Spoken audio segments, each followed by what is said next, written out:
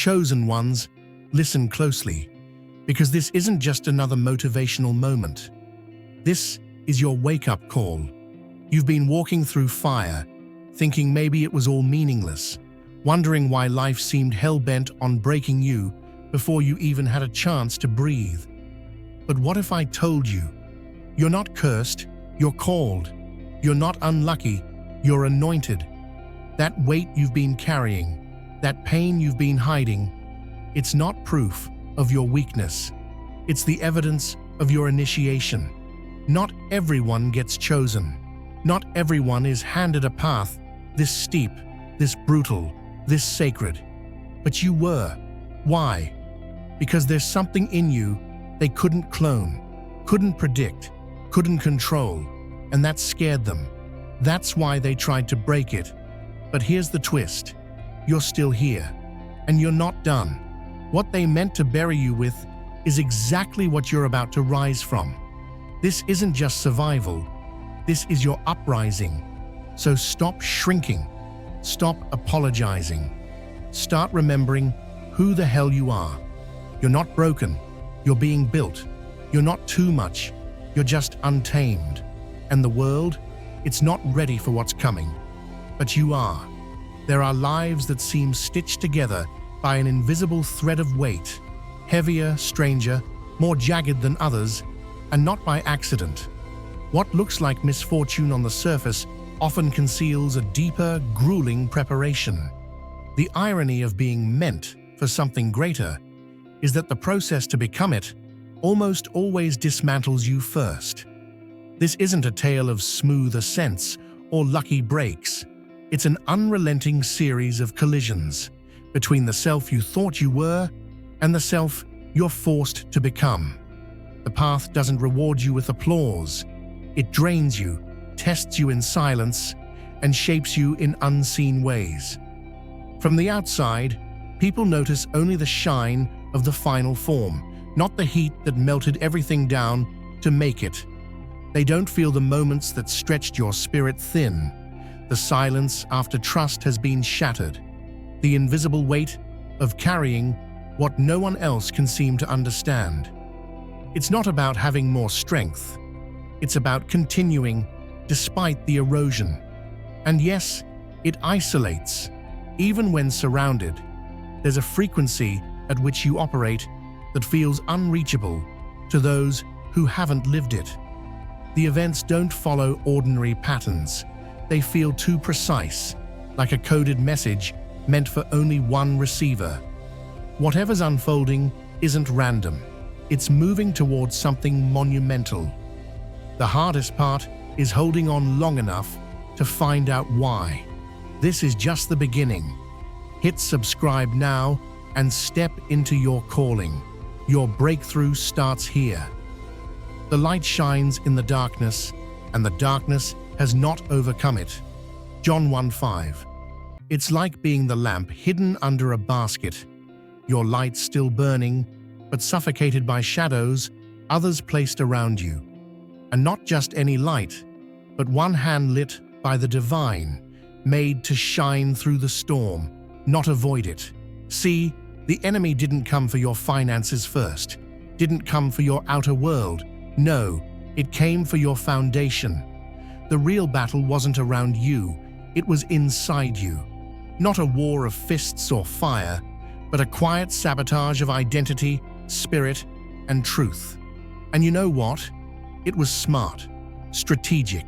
Whispered lies in the dark can feel more real than shouted truths in the light. That's how deep it got. You started doubting your instincts, questioning your voice, holding your breath just to keep the peace. Because somewhere along the way, you started believing you were the problem. But hear me when I say this. That voice in your gut that said, "Something isn't right," that was never fear. That was your anointing, trying to speak up. That was your spirit, refusing to be edited. They didn't just want to hurt you. No, that would have been too easy. They wanted to rewrite you, strip away your knowing, drain your discernment, and make you dependent on their version of truth. And the tools they used? silence, guilt, politeness dressed as manipulation. And yet here you are, still standing, still breathing, maybe a little bent, but never broken. Because the God who formed you didn't form you fragile. He formed you for fire. And while others looked at your scars as signs of weakness, heaven marked them as proof of purpose. You see, chosen ones don't just survive, they awaken. And when they do, something shifts. The lies lose their grip. The script falls apart. And that quiet disintegration you endured becomes the groundwork for something unshakable. So no, they didn't win. They never had the power to. Because your light, it wasn't theirs to dim. There are those whose discomfort with your existence is not rooted in anything you've done, but in the mere fact that you are. Their harm wasn't random. It was laced with intent, masked as concern, cloaked in familiarity. It wasn't just meant to wound. It was designed to rearrange how you see yourself, to make you doubt the very ground you stand on. Underneath their masks was something festering, a deep unrest stirred by the way your presence reminded them of what they weren't. It wasn't about vengeance, it was about control, about shrinking what they couldn't match. They whispered doubts, cloaked sabotage in polite tones, offered advice that felt like acid, because something in you illuminated the places they had left abandoned in themselves. It might have been your clarity, or your ability to keep moving through storms they couldn't face. Their tactics weren't explosive. They were slow, deliberate erosions meant to convince you that your strength was arrogance and your dreams were foolish. They wanted you to fold quietly into a version that felt safe for them. And maybe for a time, you did. Maybe you wore masks to make others comfortable. Maybe you made yourself smaller just to be tolerated. But the hunger that drove them, to level the field by clipping your wings, was never about fairness. It was fear masquerading as judgment. And while they tried to bury you in projections and quiet hostility, they never understood that your existence wasn't a challenge to them. It was a mirror, and they couldn't bear to look. And we know that in all things, God works for the good of those who love Him, who have been called according to His purpose. Romans 8:28. It's just like gold in the furnace. You don't see its brilliance right away. It's covered in grit, in earth, in everything that once tried to define it. But when the fire comes, that's when its true value rises. That's what this season has been for you. Not punishment, refinement. You didn't sign up for the storms. You didn't choose the detours, the losses, or the nights when your prayers felt like they hit the ceiling and fell back down cold. But the truth is, chosen ones are never shaped in comfort. They're shaped in the press, in the push, in the places that don't make sense while you're in them. And you've been walking through one of those places, confusing, exhausting, holy ground disguised as chaos. There's been a stretching you didn't ask for, a breaking that felt cruel, and a silence that made you wonder if heaven had gone quiet on you. But listen to me, it didn't. Heaven was watching, not to judge you, but to build you. Because what's on the other side of this? It's not ordinary, it requires a version of you that only fire could forge. This wasn't random, it wasn't meaningless, it was sacred preparation. Every tear, every letdown, every time you were brought to your knees and still found the will to breathe, that was the shaping. You were being carved into something this world needs. And no, it didn't feel holy when it was happening. It felt like falling, like losing. But look again, you're still here. Not because it was easy, but because the calling on your life refused to let you go. There's a purpose chasing you, a reason you survived what others didn't. So when the doors open, and they will, you won't step through them wounded. You'll walk through them wiser, stronger, sure of who you are. Not because the path was kind, but because you refused to be undone by it. Gold never fears the fire. It knows what it's becoming. So do you. Greatness, when it threatens the comfort of the familiar, often becomes a target long before it's even fully understood. The undermining doesn't always come with loud opposition. It arrives in whispers, in careful suggestions, wrapped in concern, in the tightening grip of those who once seemed to support you. What looks like advice is sometimes a cage built of doubt, handed to you by those too unsettled by your untapped magnitude. Their fear isn't always conscious. It's a reflex against what they can't measure or control. It starts subtly, encouragement laced with warnings, compliments bent into limitations, praise followed by a quiet push to shrink. Systems thrive on predictability, and anything that outgrows the mold becomes a disruption. When your thoughts stretch further, when your spirit refuses to conform, you're often painted as misguided, reckless, or too much. The danger lies not in the words they speak, but in how easily they can sink beneath your skin. Repetition plants questions where certainty once lived. Over time, you begin second-guessing your own instincts, mistaking suppression for humility and survival for wisdom. But when the noise dies down and you're left in the stillness, there's something inside you that refuses to fade, a current that never stopped moving, even when it was buried. That force isn't arrogance, it's remembrance. And the resistance you faced wasn't because you were mistaken. It was because your presence cracked the illusion of limitation. No one tries to quiet what they don't feel threatened by. And the moment you decide to stop asking for permission, the very thing they tried to silence becomes the reason they can no longer ignore you. To be reduced to a shadow of yourself by someone else's design is among the most violent things a person can survive. This wasn't just harm. It was a calculated effort to dismantle the essence of your being, to distort your reflection until you no longer recognized yourself in it. It wasn't just about causing pain. It was about erasing presence. The intention ran deeper than wounds or words. It aimed to turn you into something unfeeling, silent, detached from your own soul. It wasn't just about what was done. It was how it was done. The way your emotions were dismissed as inconvenient, your needs treated like noise, your existence made to feel optional. What you lived through wasn't neglect.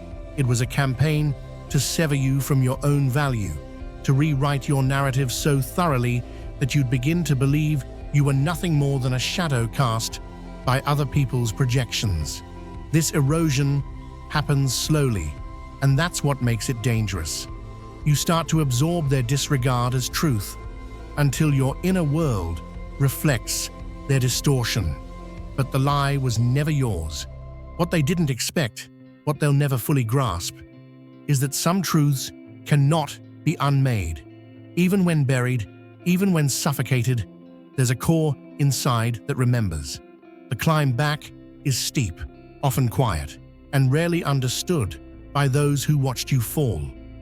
But every moment you reclaim, every piece of yourself you gather and hold, becomes a defiance they cannot undo. They failed in the deepest sense, not because they didn't do damage, but because the part of you they most wanted to destroy is still here. And that changes everything. This is just the beginning. Hit subscribe now and step into your calling.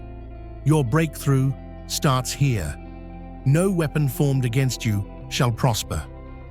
Isaiah 54:17. It's just like that old garden vine. You can cut it down, strip the leaves, even scorch the soil around it, but if the roots are deep enough, it'll rise again, stronger, wilder, unstoppable. That's the kind of resilience you've been carrying, and it's the kind that confuses those who thought they'd buried you for good. See, the enemy didn't understand your foundation. They thought the collapse was the ending, but you were never built on their approval. You were planted by something eternal, and when you rise, not loud, not showy, but steady, it exposes their whole illusion. Because people who destroy do it hoping it'll keep them from facing their own ruin. They thought they'd written your final chapter. They thought you'd stay down, defeated, erased, but chosen ones don't stay in the dirt. We learn from the fall. We gather every broken piece and turn them into stepping stones. That quiet comeback, that slow reclaiming of yourself, that's where the power lives. They watched you, thinking the silence meant surrender. But silence doesn't mean defeat. Sometimes it means you're gathering strength, praying in the dark, hearing God louder than the noise. And when you stood back up, not in bitterness, not in rage, but in full authority, they didn't know what to do with that. Because you weren't the same. You were reborn. You didn't just bounce back, you transformed. What was meant to destroy you became the very proof of your calling. Your scars started telling a story that couldn't be denied. You became the evidence that light doesn't bow to darkness, it shines through it. And now they're left watching the impossible. They tried to erase you, but all they did was reveal what couldn't be erased. What they struck down, God rebuilt. And not just rebuilt, refined. So here you are, still here, still rising, and they're still trying to figure out how, but we know how. Favor, fire, and a calling that cannot be cancelled. Some people carry a presence that doesn't just fill a room, it shifts it. Their existence becomes a quiet disruption, not by force, but by clarity. Simply by being, they stir discomfort in others, not through confrontation, but because their authenticity reveals the dust in corners others have tried to ignore. There's no performance, no intention to provoke, yet their truth makes others uneasy. It highlights contradictions, unspoken fears, and the distance between who people are and who they claim to be. This kind of presence is often misunderstood. People react not to the person, but to the internal reckoning that person evokes. Frustration, envy, even hostility can follow. Deflections aimed at silencing what they cannot face within themselves. The irony is that this role, while powerful, is rarely celebrated. It isolates. It draws misjudgment, skepticism, even rejection, not for any wrongdoing, but for the silent clarity it brings. Being this kind of force means walking alone more often than not. Yet that distance isn't a punishment. It's part of the architecture of influence. The world doesn't always know how to receive what it most needs. Some will look away, uncomfortable with what they see when you're near. But others, those ready to evolve, will find in you the push they've long needed. And in that, even the loneliness finds its purpose. But blessed are your eyes, because they see, and your ears, because they hear. Matthew 13:16. You ever try explaining color to someone who's only seen in black and white? That's what it feels like to carry insight, born from pain. Not book knowledge, not surface wisdom, but hard-earned, gut-deep truth that only comes from living through the kind of storms most people pretend never happen.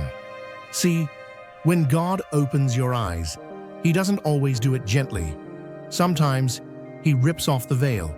Sometimes it's pain that peels it back. Betrayal, injustice, long nights where you're staring at the ceiling asking, why did I have to see this? And the answer is simple, even if it ain't easy. Because someone has to. Not everyone is chosen to carry this kind of clarity. It's not a badge, it's a burden. But it's also a calling. You start noticing what others miss. You feel what others numb. You see through the sweet-sounding lies and the masks people wear to survive. Not because you're trying to judge, but because you've been there. You had to learn the hard way that not everything that smiles loves you, and not everything that glitters is gold. And when you try to speak it, when you try to show others what's real, you get labeled too deep, too emotional, too much. Because truth is uncomfortable, and most folks would rather live in a polished lie than sit in a messy truth. But hear me now, that distance you feel, that separation, it's not rejection, it's elevation. You were never meant to blend in with the fog.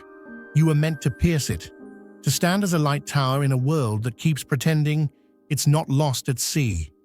Yes, it's lonely. Yes, it's exhausting. But it's necessary.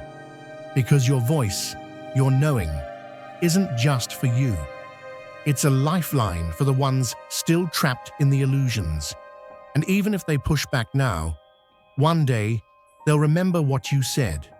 Not because you argued them into it, but because your truth was a seed. And seeds grow, even in silence. So don't dim it. Don't apologize for it. You were given this sight for a reason. You're not crazy. You're called. And you don't have to be understood to be impactful. You just have to keep speaking, keep seeing, and keep shining. Endurance like yours is rarely understood for what it truly is. It's mistaken for ease, for natural confidence, even for luck. What's rarely acknowledged is the invisible toll it takes. That kind of resilience isn't something handed out. It's something carved into the soul through relentless exposure to hardship. Each layer of strength was forged from moments no one else saw.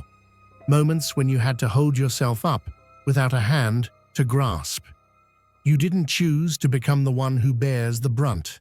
That role was pressed onto you, again and again, until it became part of your skin. To others, your composure looks effortless.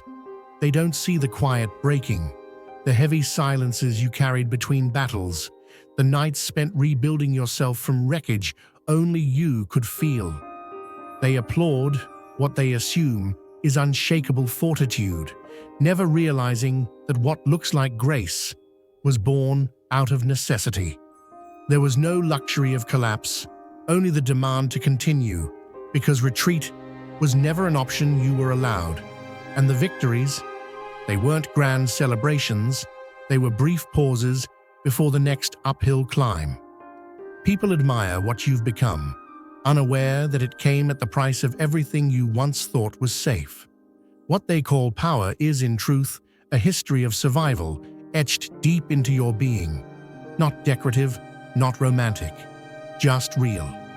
And still, you carry it all, not to impress, not to prove anything, but because the weight, though never asked for, is yours to bear.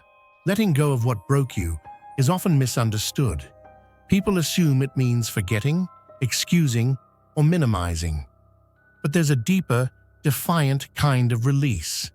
One that has nothing to do with them, and everything to do with reclaiming what was buried beneath the wreckage. To forgive, in its most radical form, is to reclaim authority over your emotional landscape. It is not softness, it is sovereignty. You don't choose this path to protect them from accountability. You walk it to escape the grip they no longer deserve. Carrying resentment feels justified, but it builds a prison with you locked inside. Refusing to forgive doesn't wound them, it continues to wound you. But to forgive is not to forget. It's to say, I remember everything, and still, I will not let this define me. This act is not surrender, it's revolt. It breaks the cycle. It silences their influence. It takes what they hoped would poison you and turns it into something untouchable. That kind of freedom, the kind born from conscious detachment, is what renders them powerless. In choosing not to be tethered to their harm, you don't let them win. You strip them of relevance. And that is strength in its purest, most electric form. What you went through didn't happen in isolation. It wasn't just personal. It was symptomatic. The damage inflicted on you is echoed in countless others, shaped by a culture that quietly enables harm, that teaches silence and rewards suppression.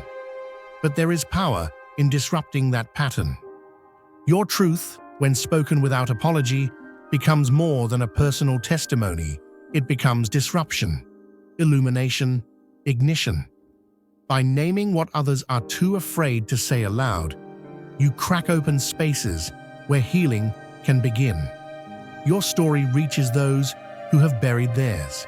Your voice disrupts the systems that taught people to suffer in silence. It's not just catharsis, it's blueprint. What you survived becomes a signal to others. You're not broken. You're not alone. You are allowed to fight back. You are not just telling a story. You are unsettling a structure. With every word, you chip away at the lie that this is how things must be. And in that chipping, others rise too. What you endured becomes the matchstick. What you choose to do with it becomes the fire. What you carry is more than survival. It's transformation. Not everyone makes it through what you have, and fewer still emerge with their humanity intact. You weren't handed strength.